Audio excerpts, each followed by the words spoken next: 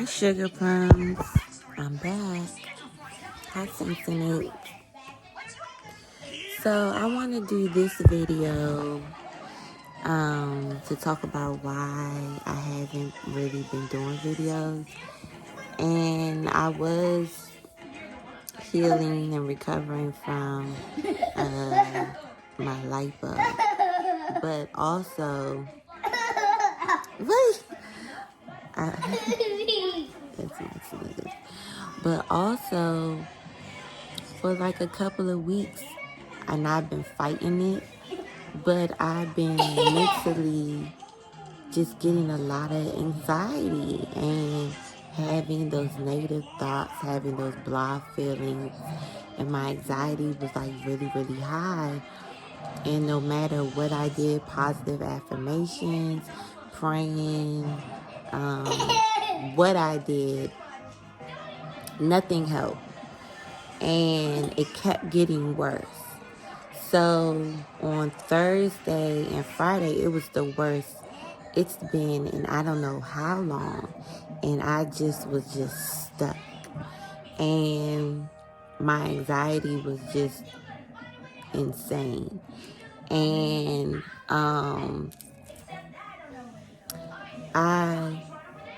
I was praying, and it was like Friday late afternoon, I started to have like a little breakthrough where I wasn't feeling as bad. And then yesterday I started getting revelations because I want to know, now that I'm aware, I want to know the reason. I want to know why I feel the way I feel, why I get anxiety the way I get it, and the reason why I get it. And I talked to my bestest, and she helped put things in perspective. And I also was talking to Andre, and he helped me, just talking it out helped. But I prayed a lot, and God gave me the revelation that, with anxiety, is basically every negative feeling. What are you jumping? My son is just jumping around. He loves DuckTales. But if you have anxiety, when it gets bad, for me, it's like when I have negative thoughts, when I have any thought turns into a negative thought for me. So let me start off flicking around. Okay. But any thought turns into a negative thought for me with my anxiety. And when it's really bad, it's really hard to even get out of bed. And so that's how I was feeling Thursday, and especially Friday morning. And I had a break late Friday afternoon, early evening.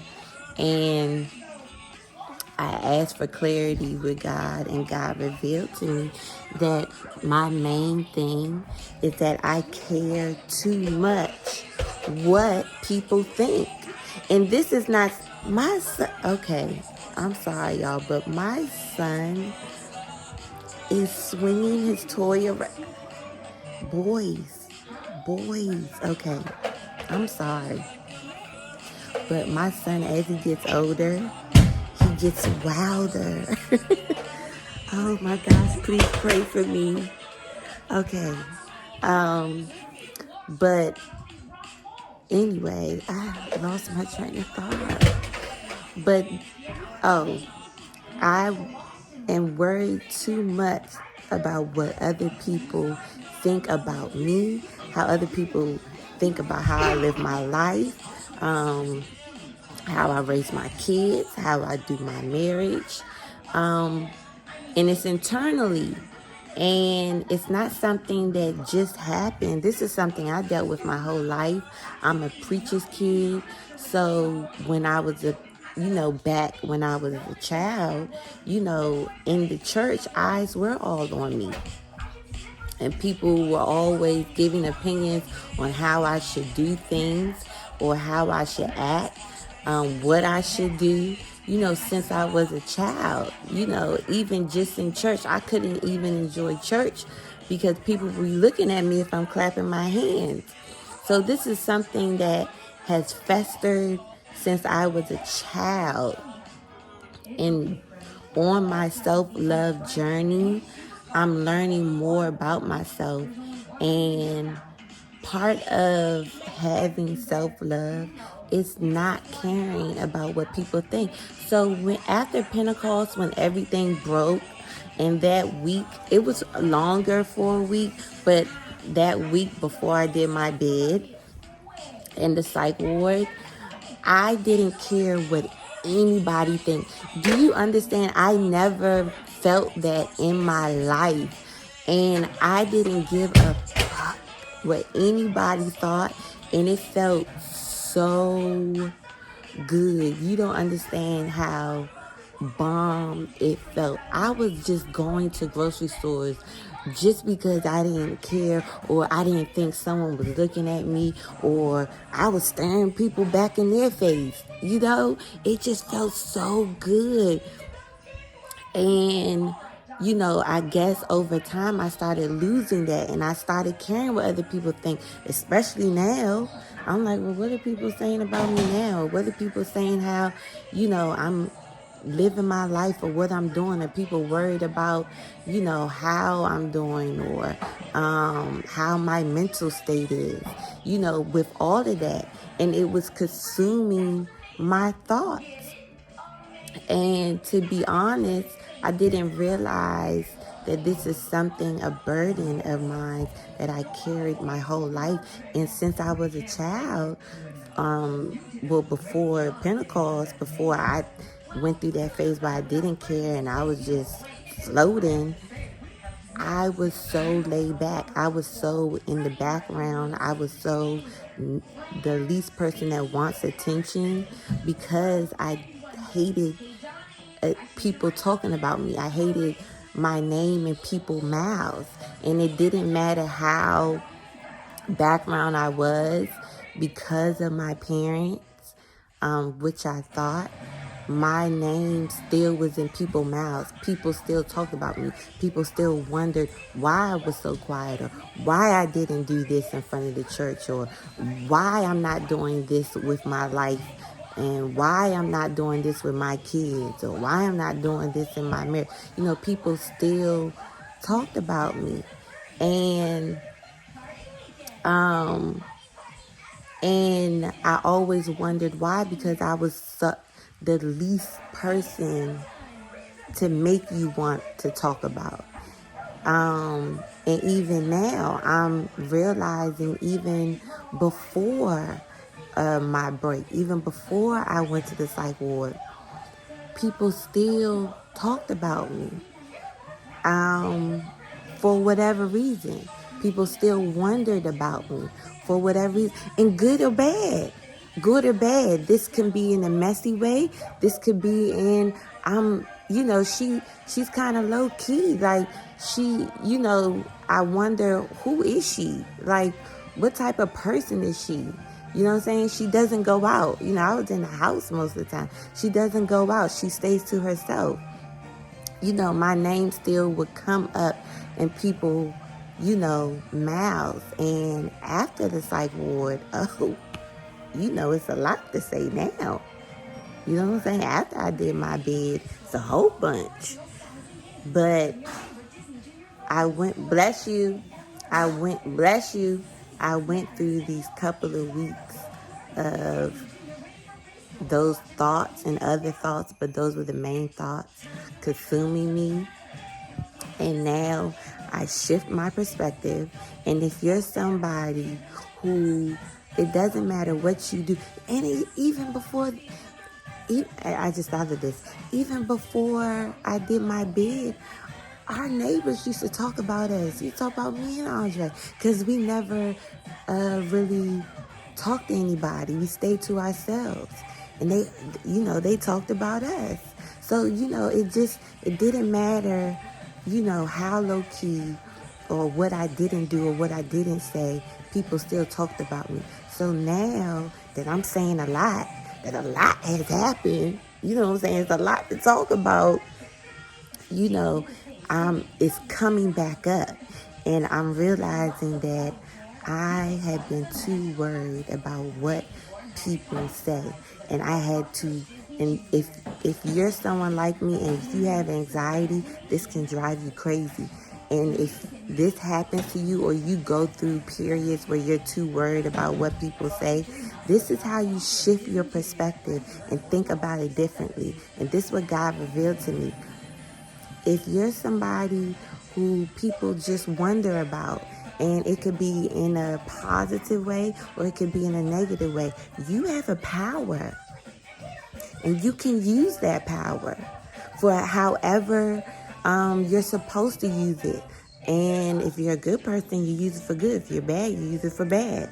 But if you're a good person, you use that power for good.